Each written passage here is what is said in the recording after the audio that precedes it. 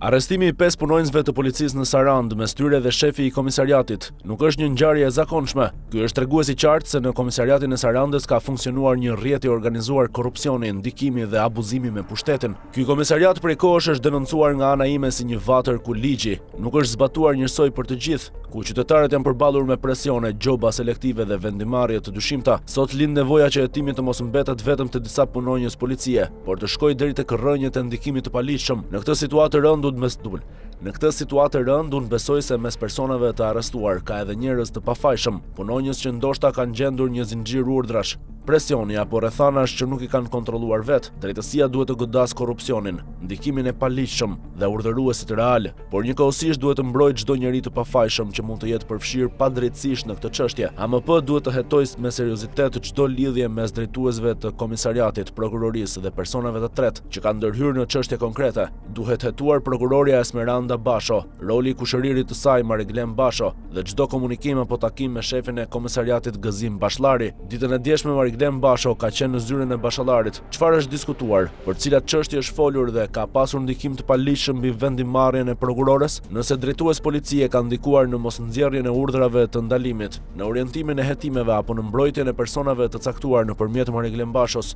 nëse vërtetohet, atëherë nuk kemi thjesht një korrupsion policor, por kapje të drejtësisë në nivel lokal. Pamjet filmike të komisariatit janë prova kyçe që provojnë se Mariglen Basho ditën e djeshme ka qenë në zyrën e shefit të komisariatit Gëzim Bashallari. Ato duhet të sekuestrohen menjëherë, të verifikohen hyrjet dhe daljet, oraret, takimet dhe kontaktet e çdo personi që mund të ketë ndikuar në hetime. Nuk duhet të zhduket asnjë pamje dhe nuk duhet të manipulohet asnjë provë. Në këtë rrjet duhet të hetohen edhe Ardit Kulla dhe shefi i policisë rrugore Lulzim Hysenaj dhe Leon Alla, të cilët dyshohet se kanë qenë pjesë e zinxhirit të gjobave, presioneve dhe vendimarrjeve të paligjshme në Sarandë.